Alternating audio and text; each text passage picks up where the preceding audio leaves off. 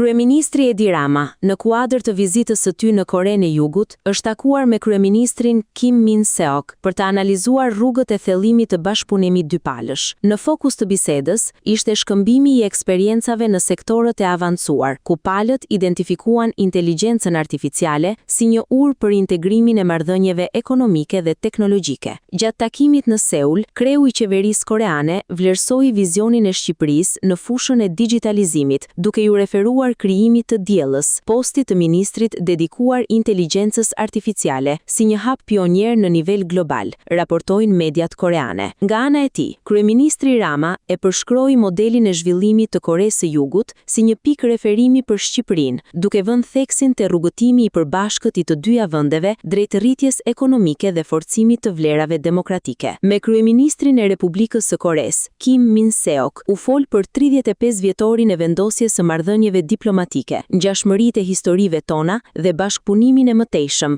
me fokus teknologjinë, inteligjencën artificiale dhe turizmin, tha Rama. Ai konfirmoi gatishmërinë e vendit për të mirëpritur investime koreane dhe për të nxitur shkëmbimet tregtare, ndërsa vizita e tij pason me takime me përfaqësues të industrisë së teknologjisë për të konsoliduar këto lidhje të reja bashkëpunimi.